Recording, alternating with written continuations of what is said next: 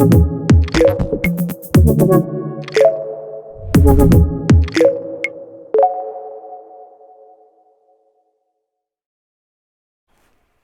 I was at university, I had lots of part-time jobs, and one of those jobs was to work in a retail outlet selling jeans. And there was a Thursday night shift, and a woman came in, and she was looking at lots of different types of jeans, lots of different styles. She had her trolley full of groceries because she'd just finished doing her shop, obviously.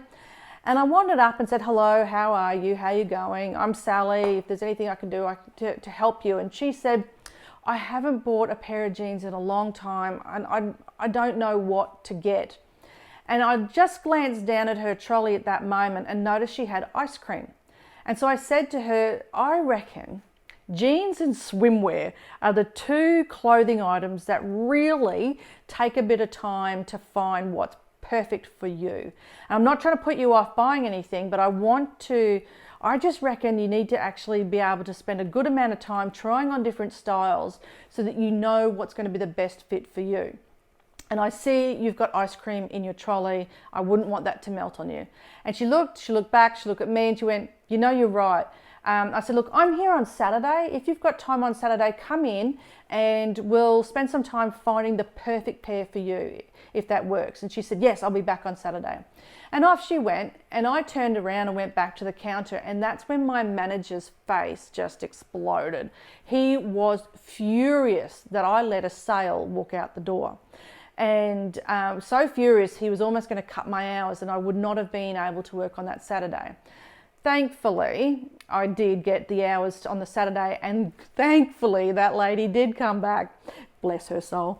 And we spent probably a good 40 minutes or so, maybe even an hour, just trying on different pairs of jeans.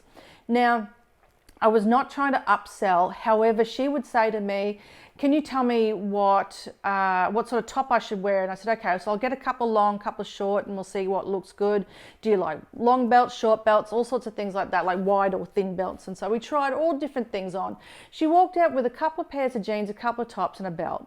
Now, that was because we spent the time and went through everything to make sure it was right. And that moment, remembering that story, reminds me of when I'm talking with managers who say to me, "You know what, when it comes to delegating, it's just quicker if I do it myself."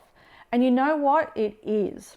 Now, when we think about the retail clothing industry, like that experience I had, and my boss being furious at me, my boss was focused on an instant result rather than a reputation.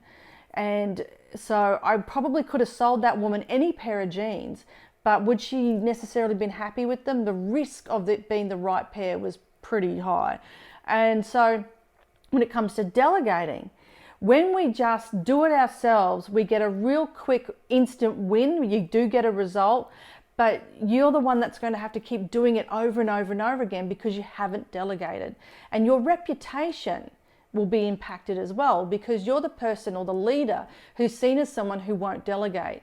There's an opportunity to hand something over. If a little bit of time is spent handing it over and explaining what it is that you want done and having that dialogue, that conversation, so that both of you and the person you're delegating to are really clear about what the expectation is or what outcome you're after, then your reputation as someone who likes to delegate, someone who looks for opportunities to develop others, will be there as well. So it's kind of like result or reputation.